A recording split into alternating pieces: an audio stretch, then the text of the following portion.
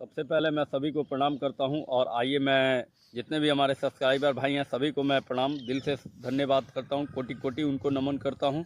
और कहना चाहता हूं प्राचीन काल की ये बातें हैं, इस कहानी के माध्यम से हम लोग जानेंगे। अगर चैनल पे नए हैं तो लाइक कीजिएगा, सब्सक्राइब कीजिएगा, बेल आइकन दबाइएगा, ठीक है। इस कहानी के माध्यम से हम लोग पूरा वीडियो को एंड तक ज़रूर देखिएगा, ठीक है। तो प्राचीन काल की बातें हैं ये। दोस्तों, बैल ने बताया, औरत की दो चीज कभी मत दबाना। मर्दों को तो आता है मजा और औरत के इन दो जगह होता है दर्द, इसीलिए मर्द औरत की दो चीज ना दबाएं। दर्शक बंधु, प्राचीन समय की बात है। एक लखीमपुर नामक शहर था। उस लखीमपुर नामक शहर में एक लाखा सेठ रहा करता था। लाखा सेठ बहुत बड़ा पैसे वाला था। प्राचीन काल की बातें हैं, आइए हम लोग इस वीडियो को पूरा एंड तक देखेंगे। और औरत का दो चीज़ मत दबाइएगा, ठीक है। मर्द को आता है बहुत मज़ा, लेकिन औरत को होता है दर्द। और आइए इस वीडियो के माध्यम से हम लोग पूरा जानेंगे और वीडियो को एंड तक देखिए। काफ़ी अच्छी कहानी है ये, अच्छा लगेगा आप लोगों को देखने में। ये 1 मिनट का मेरा वीडियो है, लेकिन 1 मिनट बाद एकदम आप लोगों को अच्छा, इसके बाद जो ट्रैक पकड़िएगा वो ट्रैक सीधे बहुत सुंदर ट्रैक है, ठीक है। बहुत अच्छा लगेगा ये वीडियो आप लोगों को देखने में। और इतना अच्छा ये वीडियो है ना कि देखते देखते आप लोगों का दिल खुश हो जाएगा। ये वीडियो यही कहने का है। तो ठीक है, चलिए इस वीडियो को नेक्स्ट हम पूरा लास्ट तक देखते हैं। चलिए आइए हम लोग वीडियो का एंड तक। उस लखीमपुर नामक शहर में एक लाखा सेठ रहा करता था। लाखा सेठ बहुत बड़ा पैसे वाला था। सेठ चारों दिशाओं में प्रसिद्ध था। अकूत धन दौलत सेठ के पास में थी। सेठ के घर में किसी बात की कोई कमी नहीं थी। सेठ के पास इतना धन था कि सेठ लोगों को ब्याज पर धन देता था। उसने एक नियम बना रखा था कि कोई भी व्यक्ति उससे कर्जा ले जा सकता है, और सेठ कर्जा भी दो तरह का देता था। एक तो इसी जन्म में लौटाने के लिए और दूसरा अगले जन्म में लौटाने के लिए। चाहे कोई कितना भी पैसा सेठ से उधार ले जा सकता था। सेठ कभी पैसे देने से इनकार नहीं करता था। और आप तो जानते ही हैं इस दुनिया में कैसे कैसे लोग रहते हैं। अगर किसी को यह पता लग जाए कि यह आदमी अगले जन्म के लिए कर्ज दे रहा है, तो फिर उसके पास पैसे लेने वालों की भीड़ लगी रहेगी। चोर और बेईमान लोग पैसा लेने में कमी नहीं रखेंगे। सेठ के द्वार पर हर रोज पैसे लेने वालों की लाइन लगी रहती थी। लोगों को लगता था कि सेठ के पास बहुत पैसा है और सेठ बिल्कुल महामूर्ख आदमी है, इसलिए सेठ अपने धन को अगले जन्म की कहकर लौटा रहा है। कोई ईमानदार स्वभाव का होता तो वो इसी जन्म में लौटने की बात कहकर सेठ से पैसे उधार ले जाता था, और जो बेईमान लोग होते थे वे अगले जन्म की कहकर सेठ से पैसे उधार लेते थे। उनको लगता था सेठ महामूर्ख है। लोग इस जन्म में भी पैसे लौटाने की नहीं सोचते हैं। अगले जन्म में भला कौन इसे देने आएगा। यह तो पागल है जो अगले जन्म की आस लगाए बैठा है। अब तो मित्रों, अगर किसी को किसी चीज की आवश्यकता पड़ती थी तो वो फौरन सेठ के दरवाजे पर पहुंच जाता था, और सेठ भी बड़ा उदार हृदय का था। तो आप लोग इसी तरह देखिए। और 2-4 मुनीम पहले के समय में हमेशा दरबार लगता था और इसी तरह दरबार बना रहता था। और हमारे यहाँ आज के समय में दरबार की, जैसे हमारे समय में हम लोग कैसे दरबार जैसे आपस में गुट बनाकर बैठते हैं, उस समय पहले राजा महाराजा पहले दरबार लगाते थे, बैठते थे। तो इसी तरह हम लोग बने रहते हैं वीडियो में और हम लोग देखते हैं। सो आइए इस वीडियो में हम लोग, इस वीडियो के माध्यम से हम लोग अच्छे जानकारी लेंगे और सीखेंगे इस वीडियो के माध्यम से। और लास्ट में एकदम आप लोगों को इस वीडियो का कर्जा किसी से भी लेते हैं, इस जन्म हो चाहे अगला जन्म हो, इस वीडियो को देखिएगा तो एंड तक सब चीज़ समझ जाइएगा दोस्त, कि क्या सच्चाई है, क्या हकीकत है, क्या झूठ है। हम लोग जीवन में बहुत कुछ ऐसा काम करते हैं जो हम लोग किसी को नहीं बोलते हैं। हम लोग बहुत ऐसा कर्म है हम लोगों का जो हम लोग नहीं कहना चाहते किसी से, लेकिन बहुत ऐसा करीबी दोस्त भी है, उसे भी। चलो आइए वीडियो के माध्यम से पूरा एंड तक हम लोग आप लोगों को दिखलाएंगे। उसने 2-4 मुनीम अपने पास इसी कार्य के लिए बैठा रखे थे कि जो कोई भी पैसे लेने आए उसे पैसे दिए जाए। कोई भी उसके दरवाजे से निराश नहीं जाना चाहिए। मुनीम कर्ज लेने वाले की मांग के अनुसार उसे पैसे दे देते थे। कर्ज लेने वाले से सेठ एक ही बात पूछता था कि यह पैसा इसी जन्म में चुकाओगे या अगले जन्म में। ज्यादातर लोग तो अगले जन्म की कहकर पैसे ले जाते थे। सेठ के मुनीम पैसे लेने वाले का नाम पता सब अपने रजिस्टर में चढ़ा लेते थे। अब ऐसे मौके का फायदा भला कौन नहीं उठाएगा। लोग अपना नाम पता खुशी खुशी सेठ के रजिस्टर में लिखवा जाते थे और उससे मुंह मांगा पैसा ले जाते थे। सेठ को इस बात से कोई फर्क नहीं पड़ता था कि कोई उन्हें पैसे लौटाने आएगा कि नहीं आएगा। इसी तरह सेठ का काम निरंतर चलता रहा। अब देखिए, बंधुओं किसी गांव में दो व्यक्ति रहते थे। दोनों व्यक्ति कोई काम धाम तो करते नहीं थे। उनका काम था जुआ और सट्टा खेलना, चोरी और बेईमानी करना। वे दोनों इतने हराम खाऊ थे, कभी कहीं काम करने नहीं जाते थे। 20 सालों से उन्होंने कभी कोई काम नहीं किया था। वे हमेशा चोरी डकैती करने में लगे रहते थे। एक दिन उन्होंने कुछ लोगों के मुंह से सुना। लोगों ने कहा, अरे भाई, तुम कहां इन गरीब लोगों का धन लूटते रहते हो? तुम लाखा सेठ के पास क्यों नहीं चले जाते? वो तो लोगों को मुंह मुंह मांगा पैसा उधार देता है। अगर तुम्हें पैसा लौटाना है तो इसी जन्म की कहकर ले आना, अगर नहीं लौटाना है तो अगले जन्म की कहकर पैसे ले आना। सेठ दोनों तरह से पैसे उधार देता है। दर्शक बंधु, लाखा सेठ के बारे में सुनकर वे दोनों चोर बड़े खुश होते हैं। उन्होंने विचार किया कि इससे अच्छी बात क्या होगी। सेठ जब अगले जन्म के लिए ब्याज पर पैसे उधार देता है तो क्यों ना हम दोनों को चलकर उसी सेठ से खूब सारे पैसे उधार ले लेना चाहिए। चलो चलते हैं, कम से कम 5-5 लाख रुपए उससे उधार लेकर आएंगे ताकि हमारे 10-5 साल बढ़े आराम से निकल जाए। मित्रों, इस प्रकार दोनों दोस्तों ने विचार किया और विचार करने के बाद वे दोनों सेठ के घर को चल पड़े। घर वाले उनकी कोई चिंता फिक्र नहीं करते थे, क्योंकि वे दोनों शुरू से ही आवारा किस्म के थे। प्रिय मित्रों, पहले पैदल का जमाना था। चलते चलते दोनों लखीमपुर आ जाते हैं और लखीमपुर आकर के सेठ के पास पहुंच जाते हैं। उसके बाद सेठ से कहने लगे, अरे सेठ जी, हमने तुम्हारा बड़ा नाम सुना था और हम पर बड़ी गरीबी चल रही है। बच्चे भूखे प्यासे मर रहे हैं। हमें पैसों की बहुत बड़ी आवश्यकता है। क्या हमें पैसे उधार मिल सकते हैं? सेठ कहने लगा, हाँ हाँ, क्यों नहीं, जितने चाहो उतने रुपए ले जा सकते हो। तुम घबराओ मत, बताओ कितने रुपए चाहिए। अब सेठ की बात सुनकर के वे दोनों चोर कहने लगे कि देखो सेठ जी, हमें इस जन्म के लिए तो पैसे नहीं चाहिए, हम तो अगले जन्म में पैसे लौटा पाएंगे। सेठ जी कहने लगे, हाँ हाँ, कोई बात नहीं है, आप अगले जन्म के लिए ले जाओ, हम कब मना कर रहे हैं। आप बताइए तो सही, कितने पैसे चाहिए आपको? हम तो अगले जन्म के लिए भी पैसे देते हैं। मित्रों, इस प्रकार सेठ की बात सुनकर वे दोनों मन ही मन बड़े प्रसन्न होते हैं और आपस में विचार करने के बाद कहने लगे, सेठ जी, ज्यादा नहीं, बस 5-5 लाख रुपए हम दोनों को दे दीजिए ताकि हमारे बच्चों का पालन पोषण हो सके। दोनों चोरों की बात सुनकर सेठ जी अपने मुनीम से कहने लगे कि मुनीम जी, इन दोनों को 5-5 लाख रुपए दे दीजिए। मित्रों, मुनीम ने फौरन सेठ की आज्ञा का पालन किया और दोनों को 5-5 लाख रुपए पकड़ा दिए। 5-5 लाख रुपए लेकर वे उन पैसों को अपनी जेब में रखकर दोनों चल देते हैं। सेठ ने दोनों का नाम पता पूछकर अपने बही खाते में उनका नाम लिख लिया कि फलाने फलाने व्यक्ति ने अगले जन्म में चुकाने के लिए 5-5 लाख रुपए का कर्जा लिया है। पैसे लेकर दोनों बड़े खुश होते हैं और विचार करते हैं कि भैया, अगला जन्म किसने देखा है। सिर तो बड़ा मूर्ख था जो हमें पैसे दे दिए।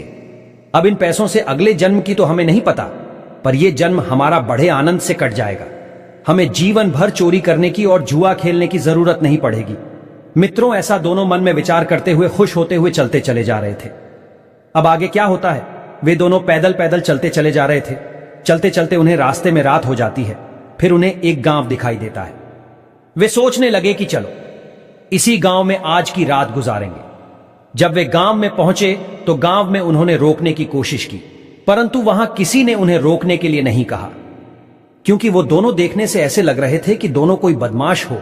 और उनको यह भी डर सता रहा था कि उनके पास इतने सारे रुपए हैं, कोई उनसे उनका रुपया न छीन ले। फिर काफी सोच विचार के बाद उन्होंने वहां रुकने का फैसला किया। मित्रों, गांव से बाहर एक तेली का घर पड़ता था। वे उस तेली के घर के दरवाजे पर जाकर उससे कहने लगे कि भैया, हम तुम्हारे यहां रुकना चाहते हैं। आज की रात कट जाएगी तो सुबह हम यहां से चले जाएंगे।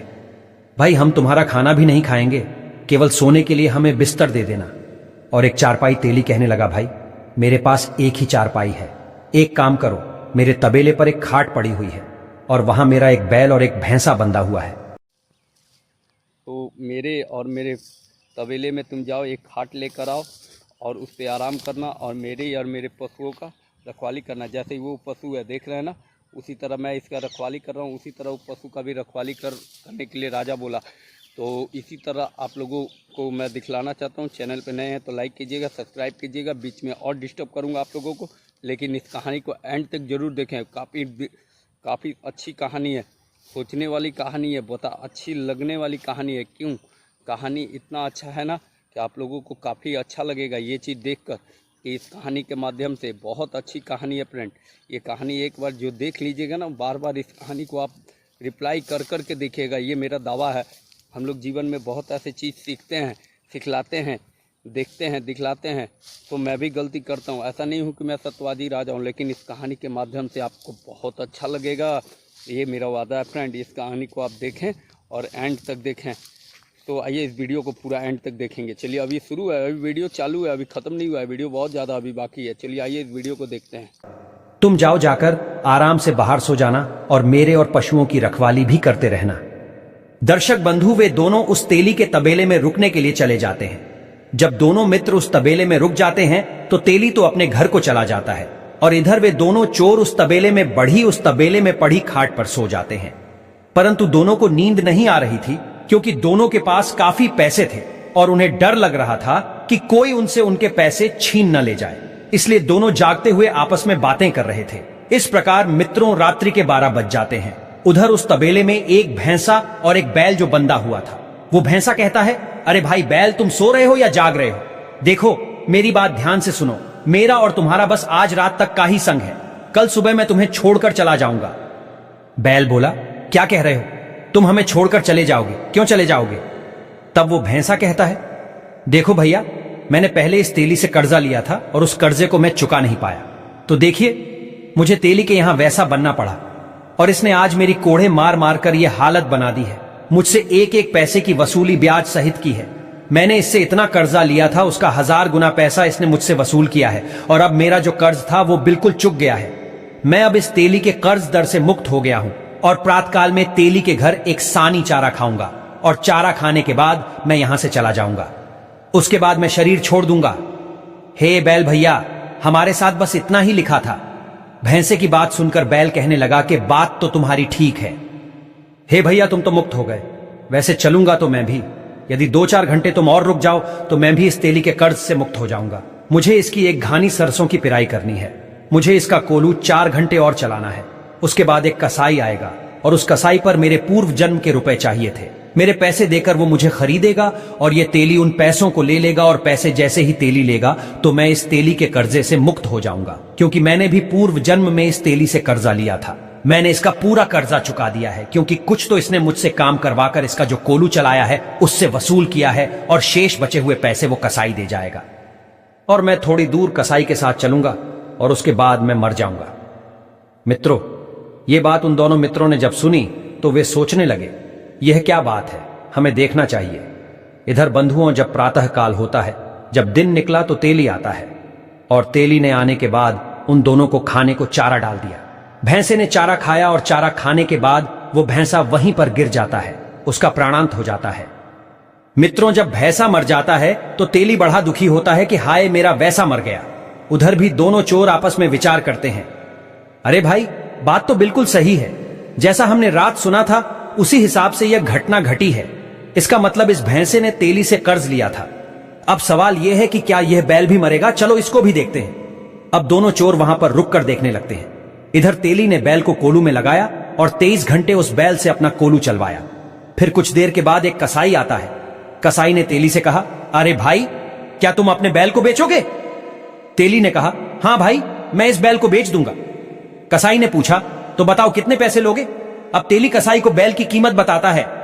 तेली ने जितने पैसे मांगे थे। की क्या कीमत लोगे? ये वीडियो है, बैल की क्या कीमत लोगे। और वीडियो में हम यही चीज़ दिखलाना चाह रहे हैं कि कीमत, जो सूद कर्जा होता है वो कभी जीवन में माफ़ नहीं होता है। इस जीवन में चाहे अगले जन्म में हमें, चाहे हमारी पीढ़ी को वो चुकाना पड़ता है। ये 100% गारंटी के साथ मैं बोलता हूँ।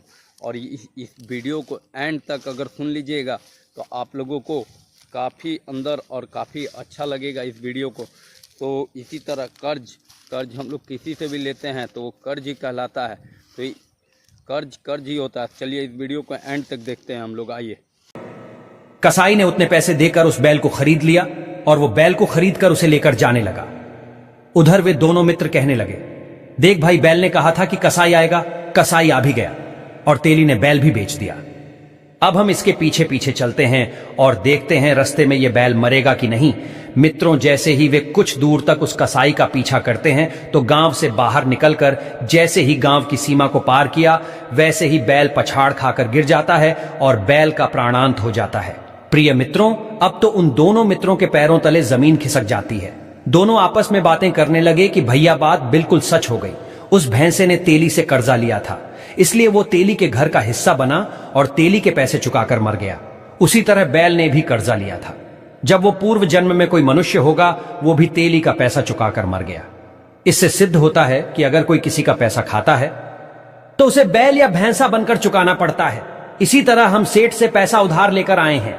लगता है अगले जन्म में हमें भी सेठ के यहां कोई ना कोई पशु बनकर यह पैसा चुकाना पड़ेगा। दर्शक बंधुओं, दोनों ने आपस में विचार किया कि अब क्या करना चाहिए। एक ने कहा, चलो वापस चलते हैं और सेठ के यहां चल करके उसके पैसे लौटा देते हैं। सेठ जब पूछेगा कि पैसे क्यों लौटाने आए हो तो उससे कह देंगे कि हमारे पास पैसों की व्यवस्था हो चुकी है, आप अपने पैसों को जमा कर लीजिए। इस प्रकार बंधु वे दोनों सेठ के पास चल देते हैं और वापस लखीमपुर लाखा सेठ के पास आ जाते हैं। सेठ के पास पहुंचे तो सेठ ने उन्हें देखकर कहने लगा, तुम लोग वापस क्यों आ गए, क्या बात है? तब दोनों चोर कहते हैं, सेठ जी, थोड़ी देर पहले हम आपसे जो पैसे ले गए थे उन पैसों को वापस करने आए हैं। दरअसल हमारे पास और कहीं से पैसों की व्यवस्था हो गई। अपने पैसे वापस लेकर उस रजिस्टर से हमारा नाम काट दीजिए। मित्रों, सेठ जी ने अपना बही खाता देखा तो बही खाते में लिखा था कि अगले जन्म के लिए पैसे उधार लिए थे। तो सेठ जी कहने लगे, भाई, यदि इस जन्म के लिए तुम पैसे उधार ले जाते तो मैं ये पैसे लेकर उन्हें जमा कर लेता, परंतु तुमने तो पैसे उधार लिए हैं। अब तो मैं इन पैसों के लिए जमा नहीं कर सकता। अब तुम्हें ये पैसे अगले जन्म में ही चुकाने पड़ेंगे। दर्शक बंधुओं, जब यह बात सेठ की सुनी तो उन्होंने सेठ से फिर कहा कि नहीं सेठ जी, आपको ये पैसे लेने पड़ेंगे। मित्रों, अब तो सेठ उन पैसों को लेने से साफ इनकार कर देता है और वे दोनों जबरदस्ती उन पैसों को देना चाहते थे। काफी मिन्नतें करने के बाद भी सेठ ने वो पैसे नहीं लिए। अब तो निराश होकर दोनों अपने घर की ओर लौटकर जाने लगते हैं और विचार करते जा रहे हैं कि हमें इस सेठ का बैल बनना पड़ेगा और ये सेठ डंडे मार मार कर 11 पैसे का हमसे हिसाब बराबर करेगा। अब हम क्या करें? हमने तो सेठ का कर्जा लेकर मुफ्त में ही मुसीबत पाल ली। दोनों सोचते हुए चलते चले जा रहे थे। मित्रों, जब चलते चलते एक जंगल में पहुंचे और उस जंगल में एक चौराहा था। उस चौराहे पर दोनों लोग एक वृक्ष के नीचे बैठ जाते हैं और विचार करते हैं कि हमें सेठ के यहां जन्म लेना पड़ेगा और सेठ न जाने कितनी हमें यातनाएं देगा और तब ये पैसे हमसे वसूलेगा। दोनों आपस में विचार कर रहे थे। तभी एक चोर बोला कि भैया, मेरे दिमाग में एक युक्ति आई है। हम एक काम करते हैं, जितना भी 10 लाख रुपया हमारे लिए सेठ ने दिया है उससे इस जंगल में देखिए कहीं भी पानी का कोई साधन नहीं है। यहाँ पानी का अगर साधन कहीं नहीं हो तो कृपया पानी का साधन बनाएं, उसको बचाएं, पानी को बचाएं, बिजली को बचाएं, हर चीज़ को बचाएं। आज के समय का बात कर रहा हूँ, ये प्राचीन काल की वीडियो चल रही है आपके सामने, ये अभी की वीडियो नहीं है, ये प्राचीन काल की वीडियो आप लोगों को मैं दिखला रहा हूँ। और पानी, बिजली, हर चीज़ बचाइए।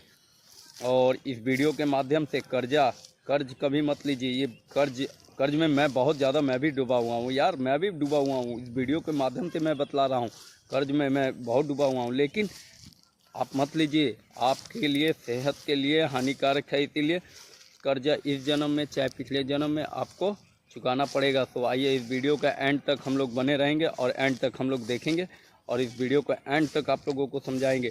और काफ़ी अच्छी वीडियो है, एंड तक बने रहिएगा तभी समझ में आएगा फ्रेंड, ठीक है? चलिए आइए एंड तक देखते हैं हम लोग। अभी वीडियो बाकी है, जाइएगा कहीं मत, अभी वीडियो बहुत बाकी है, पूरा एंड तक देखिए। एक सुंदर तालाब बनवा देते हैं। दूसरा कहने लगा, भाई बात तो तुम अच्छा कह रहे हो।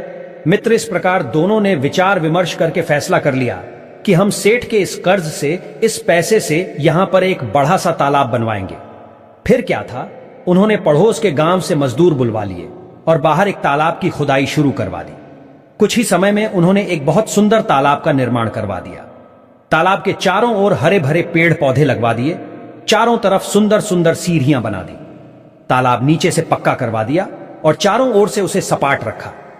उस तालाब के पास एक अपने लिए रहने को कोठरी बनवा ली, अर्थात वह एक कमरे का निर्माण करवा लिया। अब क्या था, वे दोनों उसी तालाब के किनारे उसी कमरे में रहने लगे। मित्रों, सेठ के यहां से जितने पैसे को लेकर आए थे सारा पैसा उन्होंने उस तालाब में लगवा दिया। दर्शक बंधुओं, अब कुछ दिन के बाद जब वर्षा ऋतु आती है तो चौराहा तो वहां पर था ही।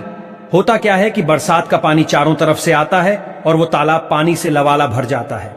कुछ समय बाद तालाब में जो गंदगी आई थी, वर्षा ऋतु के पानी के साथ वो गंदगी धीरे धीरे बैठ जाती है और तालाब में बिल्कुल स्वच्छ पानी हो जाता है। धीरे धीरे उस तालाब का पता इधर उधर के गांव के लोगों को पढ़ा तो वे लोग अपने पशुओं को उसमें पानी पिलाने के लिए लाने लगे। परंतु वो दोनों चोर जिन्होंने तालाब बनवाया था, एक लाठी लेकर के उस तालाब की सुरक्षा करने लगे और जो भी कोई पानी पिलाने आता था उसे दूर से ही भगा देते थे कि भाई साहब, इस तालाब में पानी पीना और पिलाना सख्त मना है। यह हमारे सेठ जी का आदेश है। मित्रों, उन्होंने तालाब के किनारे एक बड़ा सा बोर्ड लगा रखा था और उस बोर्ड पर तालाब के मालिक के रूप में उसी लाखा सेठ का नाम लिखवा दिया था, क्योंकि वो उसे सेठ के पैसों से ही तो तालाब बनवाया था। श्रोताओं, अब तो इसकी सूचना आसपास के गांव में फैल जाती है कि एक इतना सुंदर तालाब सेठ ने जंगल में बनवाया है और उसमें बहुत सुंदर पानी है, परंतु उस पर 2 पहरेदार रहते हैं। वे दोनों पानी नहीं पीने देते हैं। जो भी व्यक्ति आता है, जो भी पशु आते हैं, वे उन्हें पानी पीने से पहले ही भगा देते हैं। गांव वालों ने मन में विचार किया कि ऐसा करते हैं। 10-20 व्यक्ति मिलकर चलते हैं कि वे हमें पानी क्यों नहीं पीने दे रहे। हमारे पशु अगर इसमें पानी पी लेंगे तो क्या बिगड़ जाएगा। अगर किसी को पानी नहीं पीने देना है तो फिर यह तालाब ही क्यों बनवाया। अब तो मित्रों 10-20 आदमी और उस पड़ोस के गांव से मिलकर उन दोनों के पास आते हैं और कहने लगे कि भाइयों, एक बात बताओ, तुमने इतना सुंदर तालाब बनवाया है, इसमें आपने 10-20 लाख रुपए की लागत लगाई है, फिर भी आप इसमें पानी क्यों नहीं पीने देते हो। तो वे दोनों चोर कहने लगे, भाई ग्रामवासियों, हमारी कोई कमी नहीं है, हम तो लखीमपुर के लाखा सेठ के नौकर हैं। ये तालाब तो लखीमपुर के लाखा सेठ ने बनवाया है और उसका आदेश है कि किसी को पानी नहीं पीने दिया जाएगा। अब जब मालिक का आदेश नहीं है तो हम क्या कर सकते हैं। कुछ गांव के लोग कहने लगे, यह तो गलत बात है। कुछ लोग उस सेठ से नफरत करने लगे, उस सेठ को गाली देने लगते हैं। कुछ उसे कोसने लगे कि सेठ ने जब तालाब बनवाया है तो फिर पानी क्यों नहीं पीने देता है। दोनों चोरों ने कहा, देखो भाई, हम इनकार नहीं कर रहे हैं, लेकिन पहले आप लाखा सेठ से अनुमति ले आइए। अगर सेठ कह देगा तो फिर पानी पीने से हम किसी को नहीं रोकेंगे। कुछ बोले, भैया बात तो ठीक है नौकरों की, क्या गलती है, जैसा मालिक हुक्म वैसा ही तो नौकर करेंगे। मित्रों, अब तो 10-20 लोग मिलकर लखीमपुर लाखा सेठ के पास को चल देते हैं और जब वे सारे लोग उस सेठ के पास पहुंचते हैं तो एक साथ इतने सारे लोगों की भीड़ देखकर सेठ आश्चर्यचकित रह जाता है। सेठ सोचने लगा कि हमसे कोई गलती तो नहीं हो गई, कहीं ये लोग मिलकर हमें मारने तो नहीं आए। अब तो मित्रों सेठ डर के मारे उन सब से सेठ दूर से ही राम राम करने लगा और हालचाल पूछने लगा। सेठ ने उन सबको बड़े सम्मान से अपनी बैठक में बुलाया, जलपान कराया, उसके बाद में आने का कारण पूछा। अब तो सारे गांव वाले वैसे भी क्रोध में ही थे। वे सब कहने लगे, अरे सेठ जी, आपने इतना सुंदर तालाब बनवाया है, जब किसी को पानी नहीं पीने देते हो तो आपके तालाब बनवाने का क्या फायदा। तालाब नाम सुनकर सेठ चौंक जाता है, कहने लगा, भाइयों आप किस तालाब की बात कर रहे हैं, मैंने तो कोई तालाब नहीं बनवाया है, आप लोग गलत कह रहे हैं। गांव वाले बोले, नहीं सेठ जी, हम इतने लोग पागल नहीं हो सकते, हम अपनी आंखों से देखकर आ रहे हैं। तालाब के किनारे पर बोर्ड लगा है और उस बोर्ड पर मालिक के रूप में आपका ही नाम लिखा है। वहां पर आपके ही नाम का बीजक लगा है और आपने 2 नौकर वहां बैठा रखे हैं। वही दोनों हमें किसी को पानी नहीं पीने देते हैं। सेठ कहने लगा कि भाई, मैंने तो ऐसा कोई तालाब नहीं बनवाया है और जो तालाब मैंने बनवाए हैं उन पर तो लोग पहले से ही पानी पीते आए हैं, मेरे किसी तालाब पर पानी पीने की मनाही नहीं है। गांव वाले कहने लगे, सेठ जी, वो तालाब आपका ही है और आप हम लोगों को पानी से वंचित करके पाप के भागी बन रहे हैं। गांव वालों की बात सुनकर सेठ बड़ा हैरान होता है, कहने लगा, चलो मैं स्वयं चलकर देखता हूं। अब तो सेठ जी स्वयं उन ग्रामीणों के साथ चल देते हैं और उस तालाब पर पहुंच जाते हैं। सेठ ने जब उस तालाब को दूर से देखा तो वास्तव में तालाब बड़ा ही सुंदर बना हुआ था। चारों ओर पक्की दीवारें थी, बड़ी बड़ी सीढ़ियां थी, सुंदर सुंदर घाट बने हुए थे, पशुओं के लिए चढ़ने उतरने के लिए भी खूब अच्छे व्यवस्था की थी। सेठ ने देखा कि 2 लोग लाठी लेकर उस तालाब की रखवाली कर रहे हैं। फिर सेठ ने वहां लगा उस बोर्ड को देखा जिस पर उनका ही नाम गुदा था। उस बीजक पर लिखा था कि तालाब के निर्माण कर्ता लखीमपुर के लाखा सेठ है। बीजक पढ़कर सेठ ने उन दोनों को अपने पास बुलाया और कहने लगे, भाई आप इस तालाब से लोगों को पानी क्यों नहीं पीने देते हो, क्या कारण है, और ये आपने अपना तालाब भी मेरे नाम से बनवाया है। मेरे नाम पर तालाब बनवाकर और लोगों को पानी से वंचित रखकर मुझे क्यों पाप का भागी बना रहे हो? पाप का भागी ना बने, अपने और अपने नाम से जो भी काम करवा रहे पाप का भागी ना बने। मैं यहाँ स्वयं भगवान के सामने साक्षी होकर आप लोगों को दिखलाता हूँ, पाप का भागी ना बने कोई भी। हम भगवान के सामने साक्षी होकर बता रहे हैं, पाप का भागी कोई ना बने। भगवान है, भगवान देख रहे हैं, ऊपर वाला देखता है, ठीक है। हम लोग, इंसान की आंखें बंद रहती है, मेरी आंखें चलिए बंद हो गई, लेकिन उसकी आंखें खुली रहती है। ऊपर वाली के लाठी में आवाज़ नहीं होती है, ये चीज़ आप लोग जानते हैं ना, कि ऊपर वाले के लाठी में कोई आवाज़ नहीं होती। वो मारेगा तो उसकी लाठी में कोई आवाज़ नहीं होगा, और रोते भी तल हर परेशानी में डूब जाओगे। इसीलिए कभी भी कमज़ोर आदमी को या किसी भी व्यक्ति को या कोई भी व्यक्ति को हेल्प कीजिए, मदद कीजिए, किसी को सताइए नहीं। इस वीडियो के माध्यम से पूरा एंड तक बने रहिए। चलिए वीडियो को एंड तक देखते हैं। आइए, वीडियो को और आगे अभी बाकी है, चलिए वीडियो को देखते हैं। तो भगवान के सामने साक्षी होकर बता रहे हैं आप लोगों को, जबकि मैंने तो यह तालाब बनवाया ही नहीं है। तब वे दोनों चोर सेठ से कहते हैं, मित्रों समस्त गांव वाले भी वहां मौजूद थे। वे कहने लगे, सेठ जी हम आपसे 10 लाख रुपए अगले जन्म की कहकर उधार लेकर आए थे, परंतु वे रुपए हम घर लेकर नहीं पहुंचे। उससे पहले ही हमारी व्यवस्था हो गई और हम उन पैसों को आपको वापस देना चाहते थे, लेकिन आपने तो यह कहते हुए मना कर दिया कि अगले जन्म के पैसों को मैं वापस नहीं लेता, वो तो अगले जन्म में ही देने पड़ेंगे। लेकिन सेठ जी हम उन पैसों को इसी जन्म में देना चाहते हैं, और आपने उन पैसों को लेने से इनकार कर दिया। अब बताओ हम क्या करें? इसीलिए हमारे मन में विचार आया, हमने उन पैसों से यह तालाब बनवा दिया। पैसे तो आपके ही थे, इसलिए हमने आपका नाम लिखवा दिया। अब हम पानी नहीं पीने देंगे जब तक आप उन पैसों को माफ नहीं करोगे और अपने रजिस्टर से हम दोनों का नाम नहीं काटोगे। तब तक सारे लोग आपको ही कोसेंगे, हजारों लोगों की बददुआएं आपको मिलेंगे, क्योंकि पैसे आपके थे। यदि आप हमारे उन पैसों जमा कर देते हो तो हमें कोई हर्ज नहीं है, चाहे जो आकर पानी पिए। यदि आपने पैसे जमा नहीं किए तो फिर हम किसी को पानी की छोड़ो, हम किसी इस तालाब से किसी को हाथ भी नहीं लगाने देंगे। मित्रों, ये सुनकर सेठ भी बड़ा चकित होता है कि इन दोनों ने बड़े दिमाग से काम लिया है। गांव वाले कहने लगे कि ये दोनों बहुत अच्छे आदमी हैं, देखो इन्होंने कितना सुंदर तालाब बनवाया है। सेठ जी आप इनका कर्ज माफ कर दो। सेठ जी कहने लगे, देखो भाई मैं अगले जन्म के पैसों को तो माफ नहीं करता। तब वे दोनों कहने लगे, कोई बात नहीं, मत करो माफ, हम किसी को पानी भी नहीं पीने देंगे, और इस पाप के भागी जिंदगी भर आप बनोगे। अब आप सोच लो आपके नाम से कितना अपराध होगा। सेठ की बात समझ में आ जाती है कि मेरे पैसे और मेरे नाम का ये लोग दुरुपयोग करेंगे और मैं नरक भागी बनूंगा। सेठ कहने लगा, कोई बात नहीं है, मैं तुम्हारे पैसों को अभी जाकर जमा करता हूं, परंतु तुम इन गांव वालों को पानी पीने दीजिएगा। न जाने कितने पशु, कितने जानवर, कितने पक्षी पानी पीने के लिए इस तालाब पर आते हैं और तुम उन्हें भगा देते हो। मेरे से तो यह बहुत बड़ा पाप हो रहा है। मित्रों, इस प्रकार सेठ ने उन दोनों के पैसों को जमा कर दिया और रजिस्टर से उनका नाम भी काट दिया। इस प्रकार वे दोनों बहुत प्रसन्न होते हैं और अपने घर चले जाते हैं। उस दिन के बाद उन्होंने कभी किसी की न तो चोरी की, न कभी जुआ खेला, न किसी की बेईमानी की। उनके अंदर ब्रह्म ज्ञान जागृत हो जाता है। दर्शक बंधुओं, इस कहानी का मूल उद्देश्य यह है कि अगर हम किसी का एक पैसा भी मुफ्त, मित्रों, मेरे बंधुओं, मेरे भाइयों, अगर हम किसी का एक पैसा भी अगर बेफजूल हम लोग लेते हैं तो वो हमेशा पाप की भागीदार ही हम बने रहेंगे, ठीक है। वो पाप का भागीदार रहेंगे हम। तो हम लोग किसी का एक पैसा नहीं खाना चाहिए हम लोगों को। ये बेईमानी, शैतानी, लन फंद करके हमारे यार दोस्त हमारे इंडिया में खास करके ज़्यादा ये सब होता है।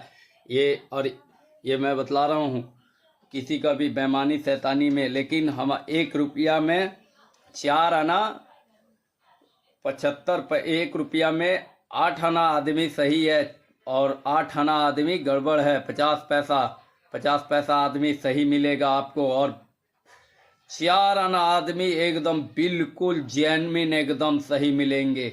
आज के युग में सत्य का जीत नहीं हो रहा है कहीं पर भी। मित्रों, दोस्तों, बंधुओं, ये चीज़ मैं 100% बताता हूँ। बोलिए क्यों? आज नहीं तो कल उसका लाठी वो देख रहा है, परमात्मा देख रहा है। विश्वास रखिए उस परमात्मा पर। दुख का घड़ी है, लेकिन फिर भी आगे खड़े रहिए, डटे रहिए, बने रहिए, कभी ना कभी वो आपका साथ देगा। आइए इस वीडियो के एंड तक बने रहिए, इस वीडियो का एंड तक बन के देखिए, सीखिए, ये मैं सिखला रहा हूँ, बतला रहा हूँ। मैं अपने लिए भी सीख रहा हूँ और आपसे भी कुछ ज्ञान ले रहा हूँ। कमेंट में बतलाइए लास्ट में कि हाँ क्या अच्छा लगा, क्या खराब लगा आप लोगों को, तो मैं इस चीज़ को सुधार करूँगा, देखूँगा। मुझसे भी गलती होता है भाई, मुझसे भी गलती होता है। मैं कोई बहुत बड़ा एथी नहीं हूँ, मैं रियल बता रहा हूँ, ठीक है। मुझसे भी गलती होता है। तो आइए इस वीडियो के एंड तक हम लोग बनते हैं और देखते हैं। चलिए वीडियो को देखेंगे। खाते हैं तो वो हमें किसी न किसी रूप में चुकाना ही पड़ी देता है। अगर हम किसी के धन की बेईमानी कर लेते हैं तो याद रखना उस धन को पता नहीं उसने कैसे कमाया था। यदि उसने वो धन अधर्म के रास्ते पर चलकर कमाया होगा तो उस पाप का भागीदार उस धन को खाने वाला बनेगा। मित्रों, बेईमानी का धन खाने वाला दूसरे के पाप भी अपने ऊपर ले लेता है और उस धन को 1000 गुना ज्यादा करके किसी न किसी रूप में उसे चुकाना ही पड़ता है। यदि आप यह सोचकर बैठ जाएं कि हमें इसका पैसा नहीं देना है, तो मित्रों यह बात निश्चित मान लेना, जिसका पैसा आप खा रहे हैं या खाया है, उसके यहां आपको या तो भैंसा बनना पड़ेगा या फिर बैल बनना पड़ेगा। कहने का मतलब है किसी न किसी रूप में उसका वह पैसा आपको चुकाना ही पड़ेगा।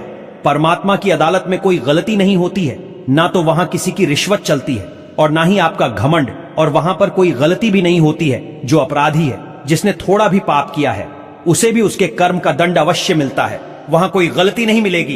इसलिए मित्रों, आपसे निवेदन है कि किसी का एक पैसा भी मत खाना, हो सके तो तुम्हारे पैसे भले कोई और खा जाए। आप सिर्फ ईमानदारी से रहिए।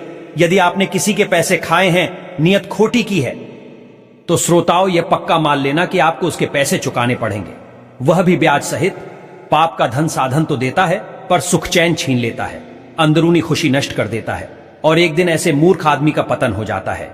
इन 3 लोगों का पैसा कभी मत खाना, वरना बैल बनकर चुकाना पड़ेगा। नंबर 1, चोरी, बेईमानी और ठगी का पैसा कभी मत खाना। नंबर 2, किसी मंदिर या देव स्थान पर चढ़ा हुआ पैसा कभी मत खाना। नंबर 3, रिश्वत का पैसा कभी मत खाना। मित्रों, जो इन 3 स्थान का पैसा खाता है, उसका सर्वनाश होना निश्चित है। वे लोग यह सोच रहे होंगे कि हम तो 20 साल से इनका पैसा खा रहे हैं, हमारा तो कुछ बिगड़ा ही नहीं। तो आप चिंता ना करें, निश्चित रूप से आपका बेड़ा गर्क हो, इस जन्म में ना हो तो अगले जन्म में अवश्य होगा, लेकिन बुरा जरूर होगा, हिसाब देना ही पड़ता है। मित्रों, मैं उम्मीद करता हूं इस कहानी से आपको दुनिया की सबसे बड़ी सीख मिली होगी। इस सुंदर सी जानकारी को लाइक जरूर करें। आपका एक लाइक हमारे लिए बहुत ही कीमती है। तो फ्रेंड, लास्ट में आप लोगों को कैसा लगा ये वीडियो, लास्ट में कमेंट में बताइएगा। और मैं अब जय श्री राम, वंदे मातरम। मिलेंगे फिर किसी नेक्स्ट वीडियो में। तब तक के लिए इसी तरह बने रहिए हमारे ब्लॉग में। मैं आप लोगों को एक से एक अच्छी से अच्छी कहानी लाता रहूंगा, दिखलाता रहूंगा, और इसी तरह हमारे साथ खूब सारा प्यार हमको दीजिए। और लास्ट में कमेंट में जरूर बतलाइएगा कि कहाँ कहाँ पे देख रहे हैं, नहीं तो हमको कैसे पता चलेगा। कमेंट में बतलाइएगा जरूर भाई, जैसे भी बतलाइए, लेकिन बतलाइए मेरे भाई। आप सभी से रिक्वेस्ट है, ठीक है। मेरे जितने भी सब्सक्राइबर भाई हैं, सभी को दिल से जय हिंद, भारत माता की जय।